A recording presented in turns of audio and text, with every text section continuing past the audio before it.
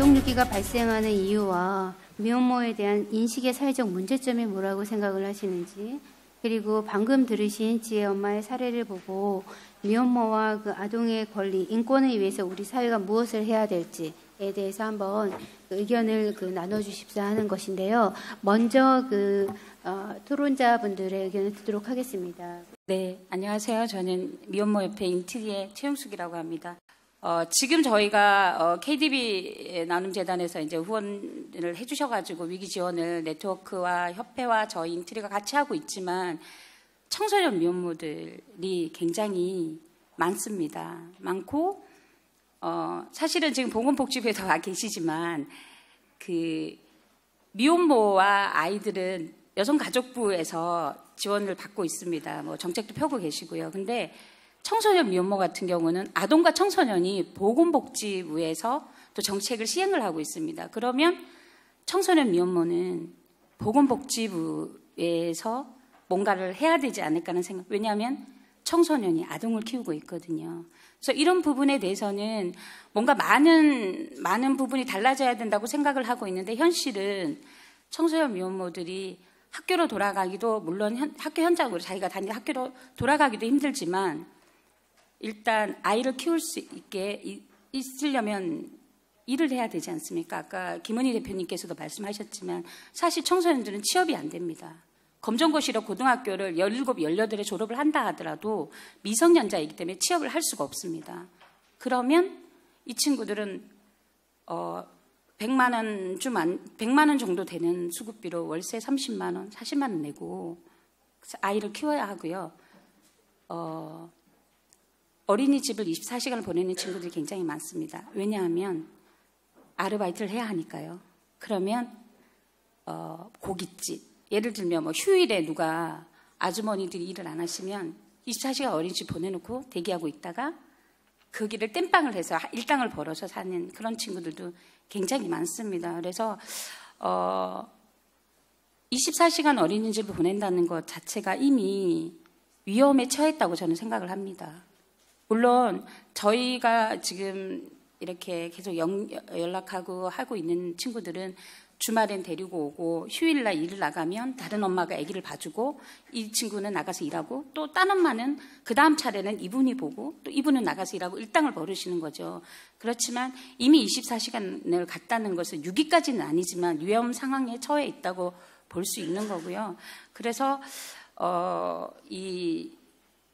왜 아동 유기가 생기는가를 고민해 보면 저의 개인적인 생각이지만 청소년들이 아이를 낳았을 때는 사실은 좀 나이가 있고 사회생활을 해본 사람보다는 아이를 키우고자 하거나 세상에 대한 두려움은 좀 더 적은 것 같아요. 잘 키울 수 있다라고 생각하지만 현실이 사회가 그게 안 되는 것뿐이라는 생각이 들어서 24시간 어린이집 보낼 거라고 생각은 안 했지만 아이를 키워야 되니까 언제나 일을 나가야 되는 준비는 하고 있어야 되니까 어린이집 보내게 되고 그렇게 떨어져 있다 보면 이번 주에는 데리러 가야지 하다가도 아르바이트를 가야 되면 못 데리러 갈 수도 있고요. 자꾸 안 보는 시간이 길어질 수도 있고요.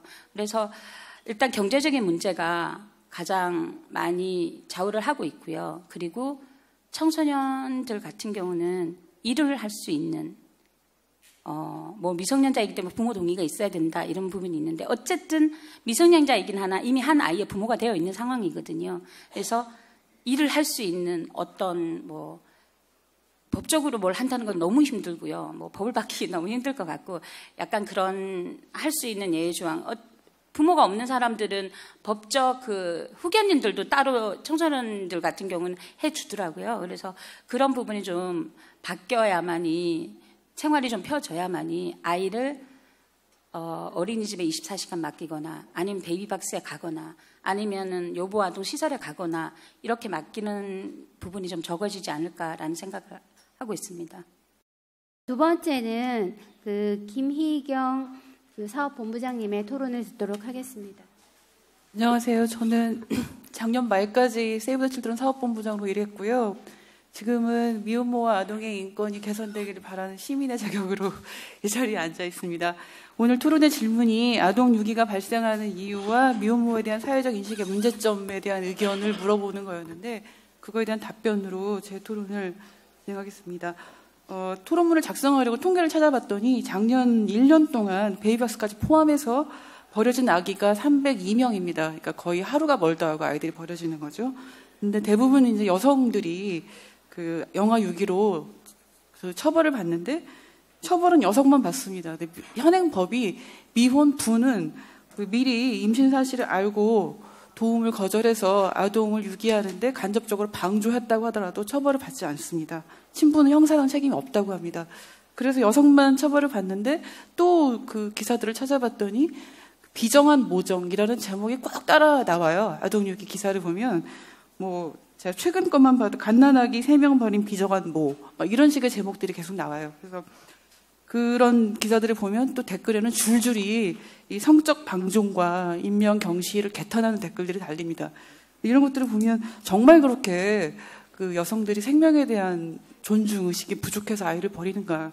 과연 그 비정한 엄마를 탓하기 전에 아이를 버리게 만든 우리 사회 주범은 누구인가를 한번 생각을 해보았습니다.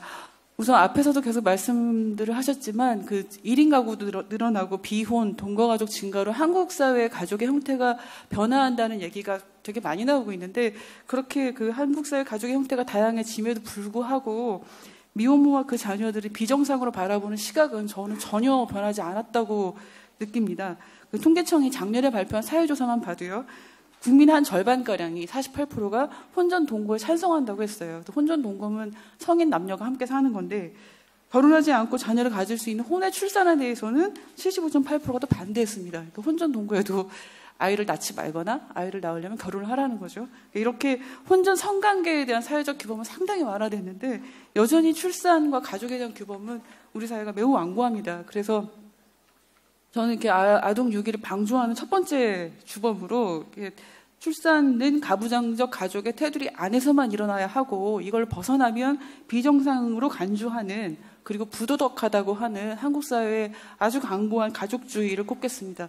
이 가족주의 때문에 지금까지 여러분이 다 알다시피 그 많은 미혼모 자녀들이 해외 입양돼서 외국으로 나갔잖아요. OECD 회원국 중에 해외 입양을 보내는 유일한 나라가 아직도 한국입니다.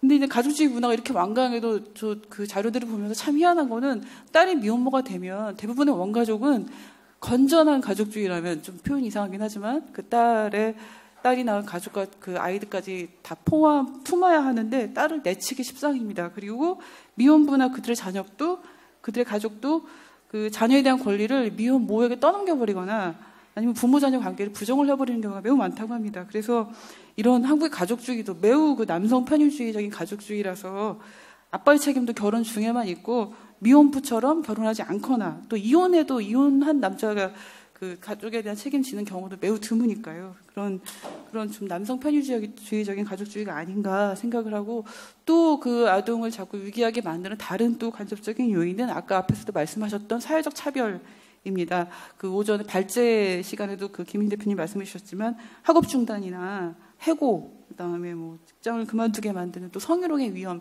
등등 온갖 사회적 차별들 때문에 미혼부들이 양육을 결심하기가 매우 어려운 환경에 처해 있는 것이고 그 오전 발제자도 아까 일부에서 발제자도 말씀하셨지만 미혼모에 대한 지원, 양육 지원도 미혼모 또 그 입양가정, 위탁가정, 가정보호시설을 쭉 놓고 보면 미혼모에 대한 양육 지원이 가장 낮습니다. 다른 방식의 양육에 대한 지원은 미혼모에 대한 지원은 2배, 크게는 4배까지 더 큰 현실을 보면서 이런 현실 속에서 그 양육을 선택하기가 과연 내가 미혼모라면 쉽겠는가 하는 생각들을 한번 해봤으면 좋겠습니다.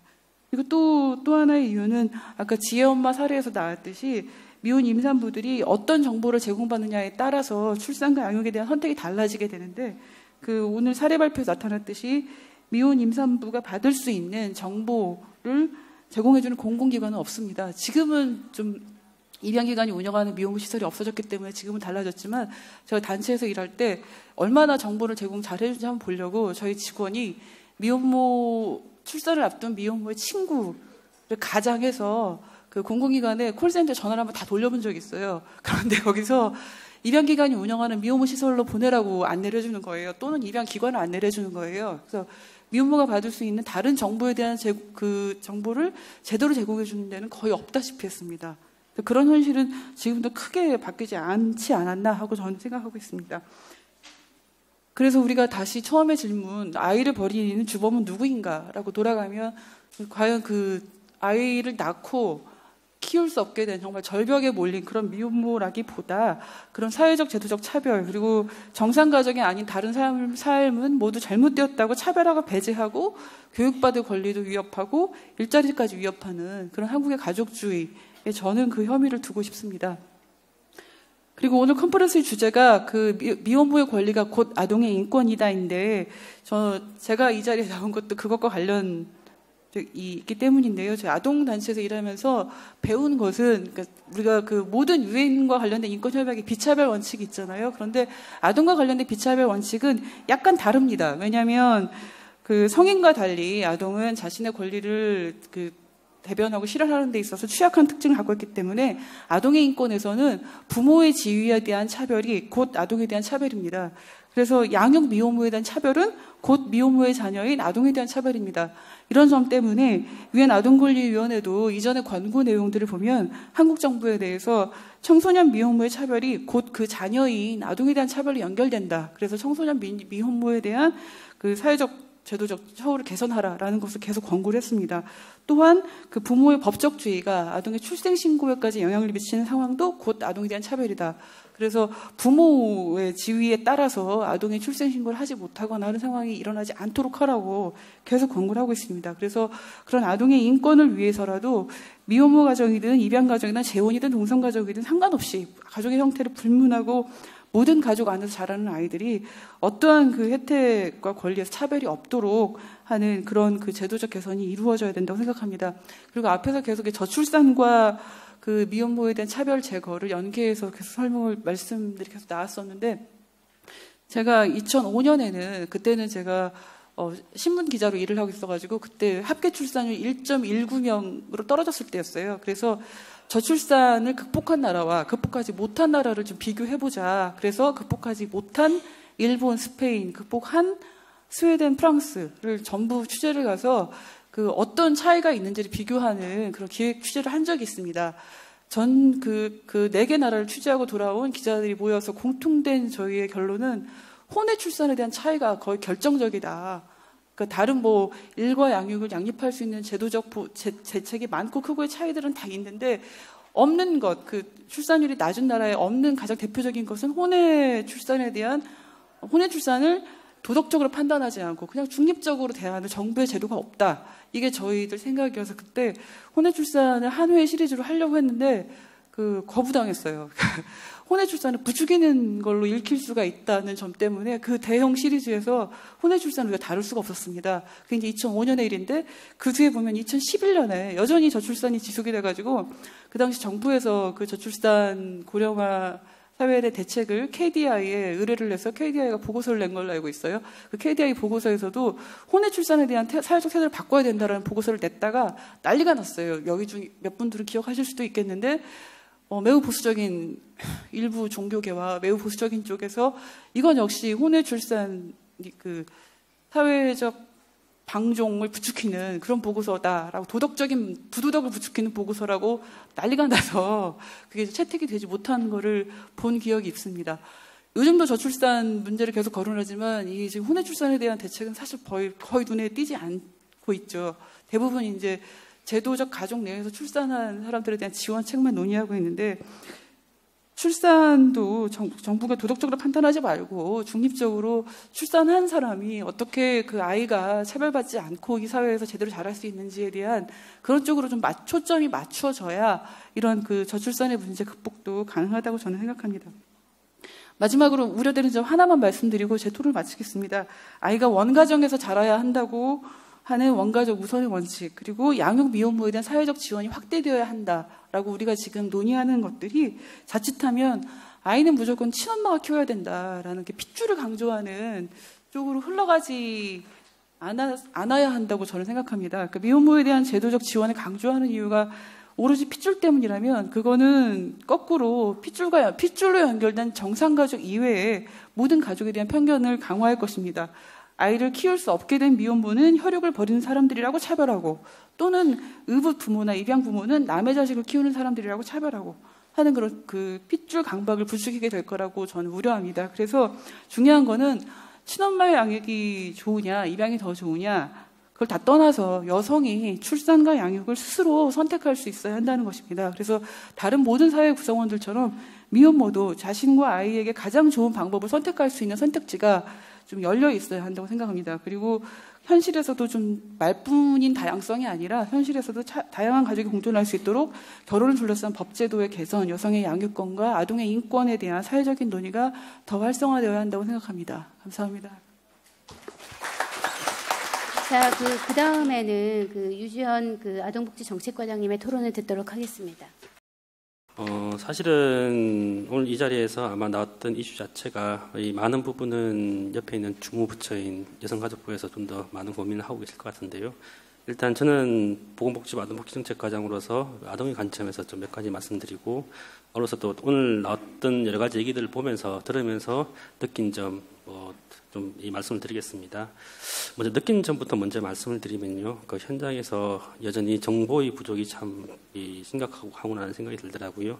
아까 말씀하신 사례 중에 하나가 이 사례를 들으면서 얼핏 든 생각이, 그분이 언변동 사무소 가셔서 긴급 지원이라는 걸 신청하셨으면 일단 우선적으로 지원을 받을 수 있었을 텐데, 그리고 이 긴급 지원 플러스 이제 세대 분리를 하면 최소한 국가에서 주는 기초생활수급 제도라도 받을 수 있을 텐데, 그리고 지금 언변동 허브라든지 희망복지 지원단을 통해서 여러 가지 지금 통합, 물론 지역별로 편차가 좀 많이 있습니다. 잘하는 지역은 정말 많은 서비스들이 확충되고 있고, 좀 부족한 지역은 여전히 기본적인 서비스에 치우치는 부분들이 많을 텐데요. 그런 지역 격차에도 불구하고 여러 가지 지금 그 지역 사회, 지자체 단위에서 여러 가지 이 전달체계 자체가 정비가 되면서 복지 시스템들이 하나씩 확충되고 있는데, 그런 시스템에 좀 태워서 좀 더 이 조기에 좀 더 충실하게 서비스를 받을 수 있었으면 정말 좋았을 뻔했는데라는 생각이 들더라고요. 그래서 정보의 부족이라는 문제를 좀 빨리 해결할 필요가 있겠구나라는 생각이 들었고요. 또 하나는 사실은 오기 전에 사실은 저희 거가 사실은 미혼모 정책에 대해서는 소관을 저희 복지부 소관이 아니기 때문에 살짝이라도 공부를 좀 하고 왔습니다. 어떤 게 있는지. 정말 많은 정책들이 있다는 생각이 들었고요. 다만 그럼에도 불구하고 체감도가 좀 떨어지지 않냐라는 생각이 들어서, 그럼 체감도를 높이는 방법이 뭐가 있겠냐에 대한 고민이 좀 필요하겠다는 생각이 들었고요. 또 하나는 여러 가지 수없이 많은 제도에도 불구하고 아마 틀림없이 여러분들이 느끼는 부분에서 많은 부분이 부족하리라고 느낀다고 생각을 하고 있습니다. 복지 시스템 자체가 비단 이 미혼모 문제뿐만 아니라 모든 시스템에서 많은 부분들이 많은 제도들이 확충이 되고 있지만 여전히 부족한 부분들이 많고 덤성덤성하게 빠져있는 사각지대가 여전히 많다는 걸 알고 있고요. 그래서 이런 부분들을 어떻게 하면 좋을까라는 부분에 대해서 좀 고민도 하고 좀 얘기도 하고 했었는데요. 첫 번째 정보의 부족과 관련된 문제는 사실은 올해 저희 과는 아니지만 저희 보건복지부에서 이 정부가 추진하고 있는 300여 가지 복지 서비스, 복지 급여 제도에 대해서 모든 제도를 다 조사를 해서 이 책자로 묶어서 지금 배포를 하고 있습니다. 그래서 요거를 좀 더 저희가 널리 알려서 쉽게 말하면 정말 필요하신 분들이 좀 더 쉽게 그 정보에 접할 수 있는 방법이 뭔가에 대해서 좀 더 고민을 해야 되겠다는 생각이 들었고요. 물론 관련 부서에서는 열심히 홍보를 하고 있겠지만 저희는 아동의 관점에서 이 아동과 가족을 위해서 저희 나름대로 홍보할 수 있는 방법이 뭔지에 대해서 좀 더 고민을 해야 되겠구나라는 생각을 들었습니다. 또 하나는 단편적인 부분, 그러니까 이런 부분과 관해서는 좀 더 통합적으로, 그러니까 여러 가지 제도들이 사실은 연계가 돼야 되거든요. 그래서 좀 하나의 전달책에 대해서 좀 더 통합적으로 좀 서비스를 제공할 수 있는 방법이 뭐가 있겠냐. 지금 수없이 많은 시스템들을 엮어서 좀 더 촘촘하게 보호할 수 있는 방법이 뭐가 있겠냐는 부분에 대한 고민이 좀 필요하다는 생각이 들고요. 어울러서 좀 그런 과정에서 부족한 부분들이 분명히 있을 텐데 그 부족한 부분들을 어떻게 채워갈 거냐, 이런 부분에 대한 고민이 좀 더 필요하지 않겠냐는 생각이 들었습니다. 사실은 이 부분 관련해서는 저희 저출산 총괄 담당하는 부서와 사실 좀 얘기를 하고 왔습니다. 그래서 그쪽 부서에서도 이 부분에 대해서 많은 고민을 하고 있고요. 사실은 그 부서에서 얘기하기로는 아마 이 여성가족부에서 특히 많은 고민들을 하고 있다고 들었습니다. 그래서 아마 저출산 대책과 관련해서 보완 대책을 지금 저희 부처에서 고민을 하고 있는데요. 아마 그런 그 대책을 일환으로서 여성부와 협의를 해서 정부에서 할 수 있는 부분들이 있으면 최대한 채워나가지 않을까 하는 기대를 하고 있습니다. 이 부분은 일단 제가 느낀 점이고요. 그러니까 왜냐하면 그 제가 책임지고 말씀드릴 수 있는 사항이 아니라서 느낀 점을 말씀드렸던 거였고요.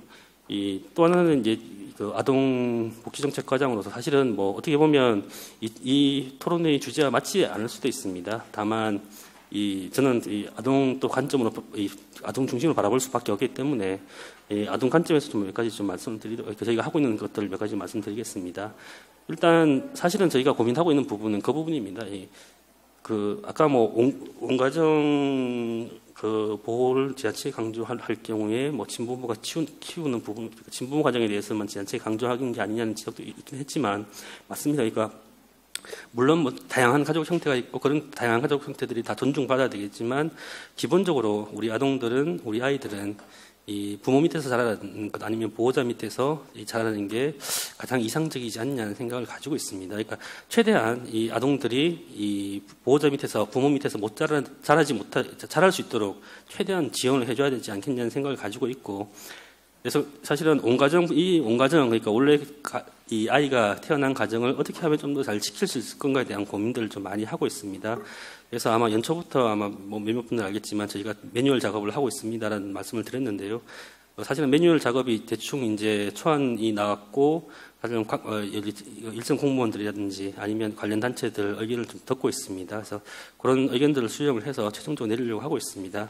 그 매뉴얼의 기본적인 내용은 그겁니다. 첫 번째는 온가정에 대해서 최대한 지금 뭐 새로운 것들을 지금 당장 확충할 수는 없겠지만 지금 아까 말씀드린 것처럼 지금 전달책이라든지 여러 가지 시스템들이 정비되고 있기 때문에 그런 전달책에 대해서 최대한 저희가 좀 해줄 수 있는 것들은 빠지지 않고 다 해줄 수 있는 방법이 뭐가 있겠냐. 그러니까 지자체 공무원들한테 좀 더 많은 역할과 책임을 부여를 해서 이 원래 가정이 최대한 좀 보호를 받게 할 수 있는 방법이 뭐가 있겠냐는 그런 컨셉으로 지어졌고요.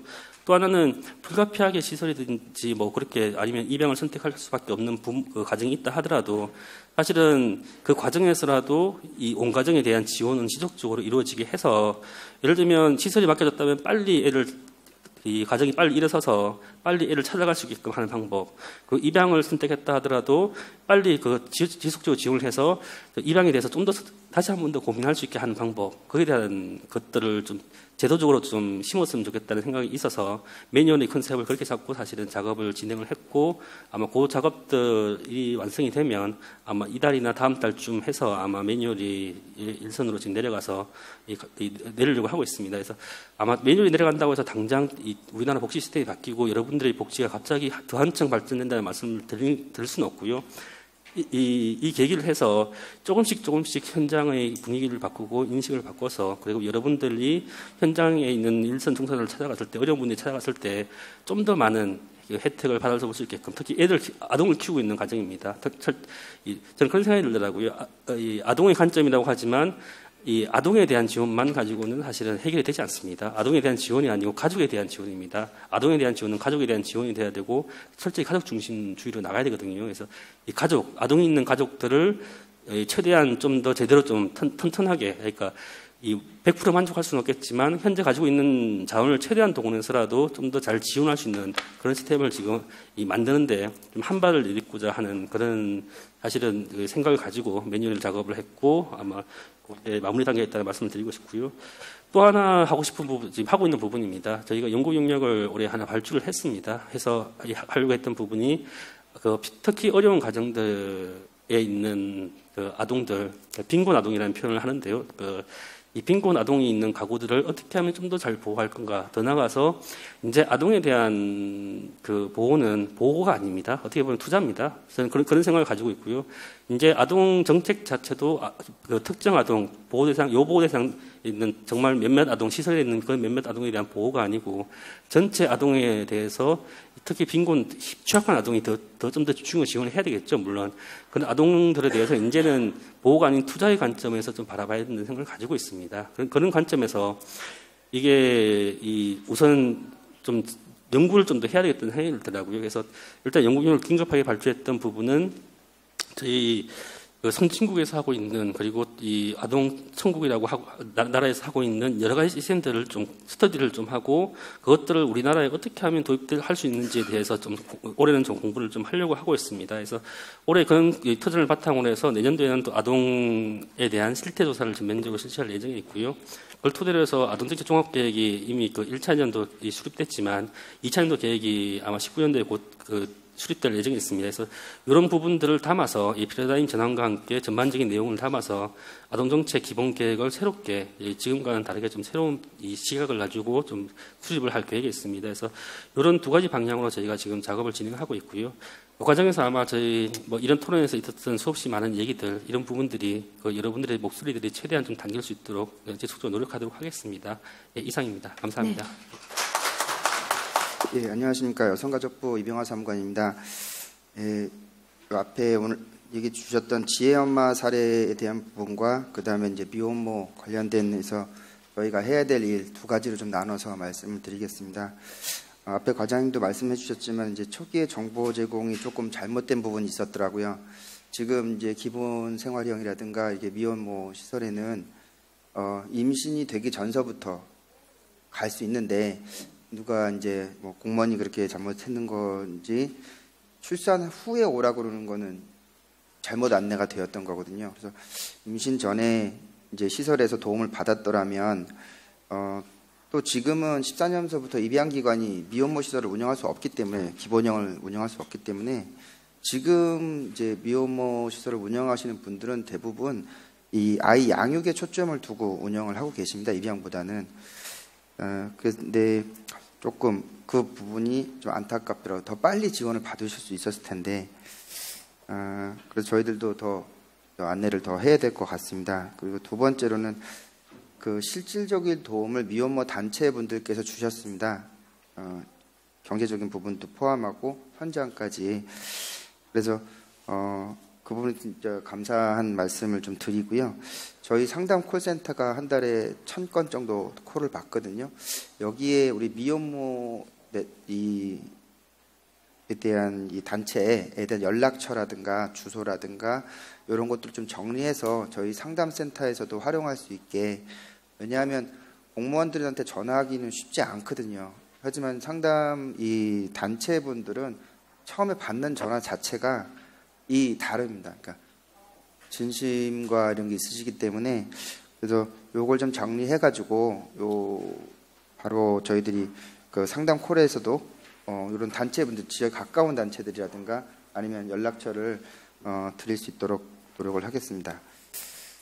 그다음에 이제 미혼모라든가 청소년 한부모 이런 쪽에 대해서 이제 저희가 해야 되는 부분에 대해서 얘기를 조금 드려야 되는데요. 제일 큰 부분은 정부 지원을 확대하는 거라고 생각이 듭니다. 이제 정부 지원을 확대하는 부분을 말씀드릴 때마다 정말 솔직하게 아직 많이 부족하다, 아직 충분하지 않다라고 하는 부분에 공감하고 저희들도 더 노력을 해야 된다고 생각하고 있습니다. 저뿐만 아니라 저희 부처에서도 그렇게 생각을 하고 있고요. 이 부분들은 저희들이 이제 크게 계속 해나가야 되는데, 이 미혼모 분들이 이제 경제적인 부분이라든가 주거, 취업, 학업, 보육 이러한 부분들에 대해서 지금 10,000원이 보통이 된 세대거든요. 사회인데 젊은 나이에 이렇게 되고 나면 아직 준비가 되어 있지 않은 상태인데 거기에 그것을 2배로 혼자 아이를 키워야 되기 때문에 너무 많은 것을 감당을 해야 됩니다. 그래서 갑자기 위축되고 갑자기 더 어려워지는 거죠. 그러니까 어떤 것을 먼저 시작해야 될지를 모르겠는 거죠. 그러니까 이게 다 어려우니까요. 그래서 정부가 해야 될 중요한 일 중에 하나는 그 짐을 하나씩 덜어줘야 되는 일이라고 생각이 듭니다. 그래서 저희들이 사업들을 계속 좀 늘려가고 있는데요. 한부모 사업은 여성가족부에서 2007년도부터 시작을 했습니다. 그전에는 이제 보건복지부에 있었는데요. 그래서 저희 여성가족부로 와서는 2007년도에 비해서 예산이 한 3배 정도 늘었습니다.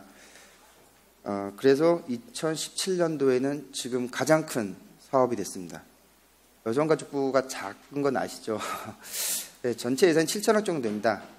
공무원 인건비까지 다 포함해가지고 그중에 1,000억이 한부모 가족에 대한 예산인데 아시다시피 가장 큰 한 85% 정도에 가까운 게 이제 한부모 가족 자녀에 대한 아동 양육비. 여기서 이제 말씀한 청소년 같은 경우는 5만 원씩을 더 드리는 이런 부분이 제일 사실은 큰 부분이고, 나머지 부분들이 뭐 청소년 한부모의 학업 유지를 위한 이제 검정고시라든가 자립 촉진 수당이라든가 매월 10만 원씩 하고 있는, 또 이제 또 여기서도 이제 저희 미혼모 관련된 이제 거점 기관이 있어서 정보 제공이라든가 이런 것들을 하고 있는, 지금 옆에 복지부 과장님께서 말씀하셨던 각종 복지 제도를 다 정리를 해가지고 지자체에서 해주는 것까지 해서 각 시도마다 한 개씩 있는데요. 이런 미혼 모부자 거점 기관을 운영하고 또 복지 시설이랑 이제 매입 임대주택 지원도 같이 하고 있습니다. 다시 한번 말씀드리지만 정부 지원이 충분하지 않다는 점은 저희들도 알고 있습니다. 그리고 저희들이 노력해야 되는 가장 큰 방점도 거기라는 것을 알고 있습니다. 그래서 이런 것들을 앞으로 좀 더 만들어 나가야 될 것 같고요. 제일 첫 번째는 그 부분이고 정부 지원을 확대하는 부분이고, 두 번째는 인식을 개선하는 부분이라고 생각이 듭니다. 그래서 사회 전반적으로 인식을 개선해야 되는 것은 맞고요. 모든 분들이 다 같이 해야 되는데, 지금 여기 오신 분들이 그동안에 가장 많이 말씀해 주셨던 것 중에 하나도 이 아동 양육비 지원에 있는 겁니다. 우리 지금 양육비 이행관리원이라고 생겼는데요. 무책임한 비양육 부모, 물론 이제 남자도 있을 수 있고 여자도 있을 수 있지만 상당히 많은 부분이 남성이죠. 이 무책임한 비양육 부모에 대해서 최소한의 책임을 져야 된다는 것이 사회적 인식 개선의 가장 1차적인 핵심적인 부분이에요. 왜냐하면 그들 사이에서 이 일이 있었고 그런 부분들의 행동에 대한 책임을 져야 되는 것은 중요한 부분이거든요. 그래서 이 비양육 부모들은 이제 양육 부모는 그것을 고스란히 다 안고 자기의 어려운 생활과 함께 아이에 대한 것까지 해야 되기 때문에 사실 이중고가 아니라 오중고, 육중고라고 말할 수 있습니다. 하지만 비양육 부모는 그동안에 15년도에 양육비 이행관리원이 생기기 전까지는 사실 무책임 정도가 아니라 뭐 전혀 그것을 지지 않았었죠. 그래서 이 부분에 대한 것이 이 인식 개선의 첫걸음이고 또 중요한 부분이었습니다.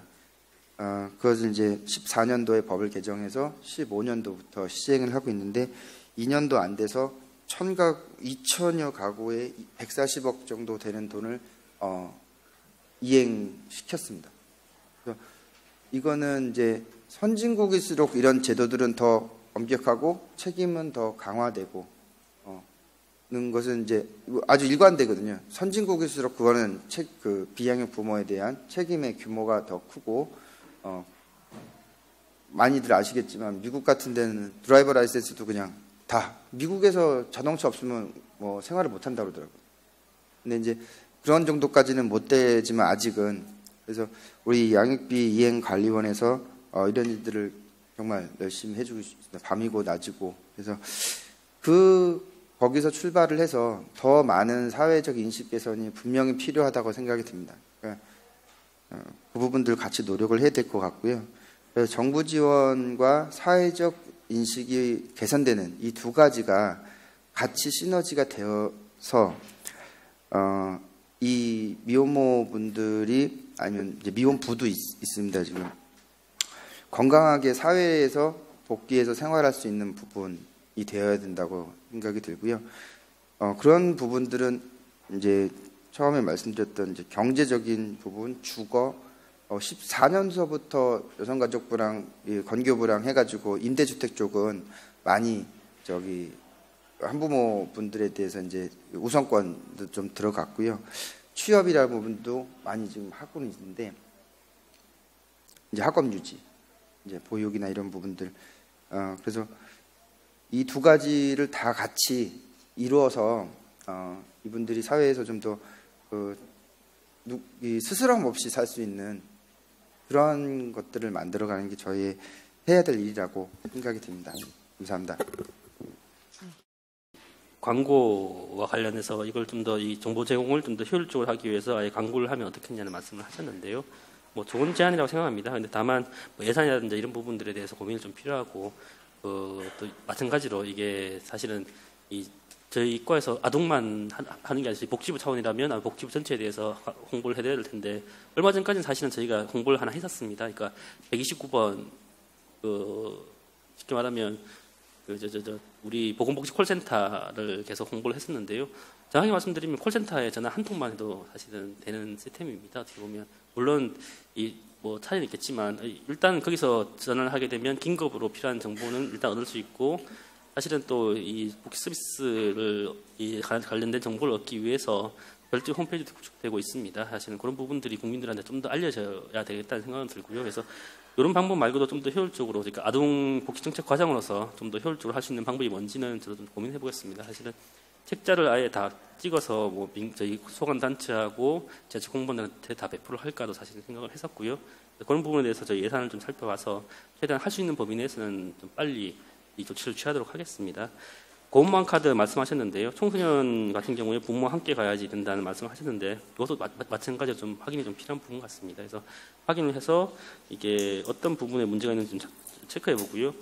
부양 의무자 뭐 소년 그러니까 예를 들어 청소년 같은 경우 부양 의무자 기준 제가 정확하게 이해를 했는지 모르겠지만 이 부양 의무자 기준에 좀 문제가 있어서 실제로 뭐 기초생활수급자로 지정도 못 받는다는 뭐 아마 말씀하신 것 같은데요.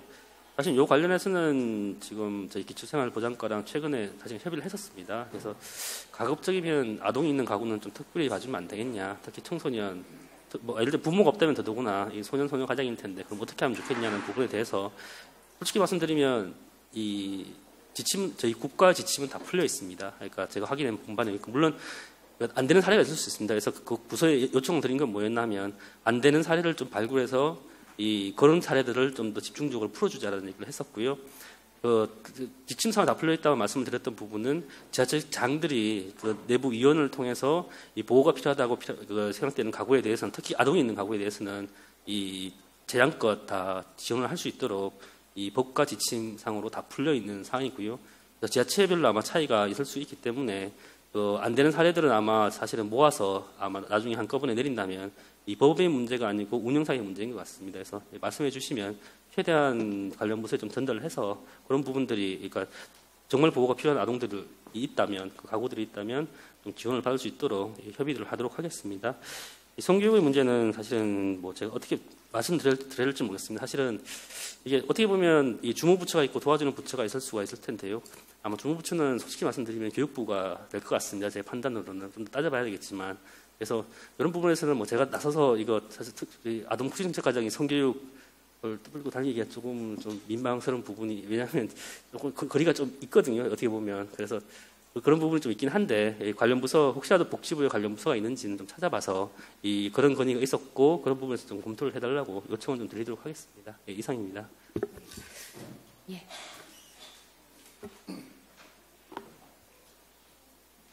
예, 처음에 양육비를 갖다 정부 지원을 먼저 해주고 그 다음에 나중에 정부가 받아서 이렇게 해주는 제도를 이제 선지급제 내지는 대지급제라고 하거든요. 그래서 이런 방식을 하는 나라가 있습니다. 독일 같은 경우가 있는데요. 이제 독일 같은 경우 이렇게 되면 이제 무책임한 비양육 부모가 내야 될 돈을 이제 정부가 미리 주고 왜냐하면 이쪽이 형편이 어렵기 때문에 먼저 주고 나중에 이쪽에서 구상을 받아야 되는데 원래 책임이 이 남자한테 있었던 거니까 아니면 여성이든 근데 이것에 대한 구상권에 대한 회수율이 20%도 안 됩니다. 독일은 굉장히 아주 강한 그런 책임을 지우는 나라인데 우리나라 같은 생각을 갖고 있다라면 거의 뭐 몇 퍼센트 되지 않을 거라고 생각이 좀 들어서 그렇게 되면 이게 양육비 이행 제도가 아니라 복지 제도가 됩니다. 왜냐하면 그냥 줘버리게 되는 거죠. 반대급부 없이. 그래서 이 부분은 양육비 이행은 강화하고 책임을 제대로 최소한의 책임을 제대로 지게 하는 제도는 더 강화할 겁니다. 또 그렇게 되는 것이 맞고 거기에서 우리 양육비 이행 관리원이 이 역할을 많이 해주실 거라고 생각이 드는데, 근데 이제 약간의 논쟁은 있습니다. 그 무책임한 비양육 부모가 져야 될 것을 왜 우리 세금으로 내냐? 이러한 이제 그 사회에선 아직 청소년 한부모나 이제 미혼모에 대해서 깊은 관심은 아직 없으신 분들은 또 다양한 생각은 하실 수가 있습니다. 그래서 이 부분들을 잘 더 해가서, 그래서 그 결국 결론적으로는 양육을 하는 부모가 그래도 제대로 된 그 양육 부모가 제대로 된 지원을 받아야 되고, 정당한 곳에서 정당한 지원을 받아야 되고, 그래서 결국은 아동이 안정적인 적어도 생활을 해야 된다는 곳으로 분명히 갈 거고, 그것은 이제 그렇게 좀 점점 더 강화가 되고 있습니다. 2년뿐이 안 됐지만. 그래서 지금 당장은 양육비를 못 받아냈는데 저쪽에서 어려운 형편에 있는 분들을 위해서 한시적 양육비를 지원을 하고 있습니다. 하지만 이제 그게 한 20만 원 정도, 그다음에 9개월 정도까지 지원을 해드리고 있는데, 당연히 이 부분은 이제 소득 기준이 들어가게 되죠. 아주 부유한 사람한테 이것을 지원해 주기는 없고, 그래서 이 한시적 양육비를 확대해 가면서 요 상간을 버틸 수 있는 지원을 확대해 가면서 지금 말씀하신 그런 이제 부분까지 가기까지 조금 시간이 걸릴 건 같습니다. 하지만 이 양육 부모에게 정당한 자기 권리를 찾고 양육 부모에게 정당한 이제 지원을 받아야 된다는 그 원칙은 아마 더욱더 강화가 될 것 같습니다. 그리고 홍보 문제 얘기 드렸는데 이 부분도 좀 죄송하다는 말씀을 드리고, 이제 저희들도 학군이 있는데요. 이제 한부모 가족 새벽 1시 뭐 이렇게 나오니까 우리 공익 그 광고 방송해주는 이제 코바코라고 그런 데를 통해 가지고 했는데, 이제 예산 부분인 것 같습니다. 저희들 검토를 하고 노력을 하겠습니다. 그다음에 임신 전 출산 지원에 대한 부분은 이제 그 임신 전에 이제 지원해주는 부분이 없어서 죄송한데요. 하나만 더 있다면은 우리 미혼모부자 시설에서 중위소득 72% 이하인 가정에 그 미혼모라든가 한부모한테 출산비 지원도 70만 원까지 해드리고 있습니다. 그래서 물론 부족하긴 한데 좀 더 노력을 해가지고 확대나 이제 검토를 진행을 하도록 하겠습니다. 그리고 정보 제공 홈페이지 부분이 어렵고 불편하다는 부분은 들어가서 빨리 고칠 수 있도록 노력을 하겠습니다. 지금 여성가족부 홈페이지 메인에 떠 있는데요. 위드맘 홈페이지가 이제 여러 가지 한 5, 6개 홈페이지들이 전부 부처 안에 들어가 있어서 이 부분도 다시 검토를 해서 개선을 할 수 있는 부분들은 개선을 하도록 하겠습니다. 그리고 성교육에 대한 부분은 중요하다고 생각이 듭니다. 이제 책임을 이제 이 부분들이 책임이 있는 부분이고 생명과 자기 자신의 삶, 그러니까 이 새로운 생명도 정말 중요하지만 또 자기 자신의 삶도 같이 중요하다고 생각이 듭니다. 거기에 가장 중요한 부분은 이제 성교육이라고 생각이 들고요. 교육부에서도 더 강화하고 있는 것으로 알고는 있습니다. 그래서 이거는 이제 관계부처들 간에 좀 더 강화를 해야 될 부분이고 동의하고 그 부분에 대해서 공감합니다. 네. 감사합니다. 지금 이제 부모의 사회경제적 지위 때문에 아이들이 차별을 받고 있습니다. 그래서 빈곤의 여성화를 넘어 이제 빈곤의 아동화가 정말 그 현실화되어 가고 있거든요. 그래서 정말 아이들만큼 어떤 부모에게 태어났든 당당하게 행복하게 살 수 있는 정말 그 차별받지 않는 사회가 되도록 하는데 함께 노력을 했으면 좋겠습니다. 네, 끝까지 자리를 뜨지 않고 이렇게 앉아 계셔 주셔서 너무 감사드리고요. 또 남은 그 한 주간 주말도 잘 지내시기 바랍니다. 감사합니다.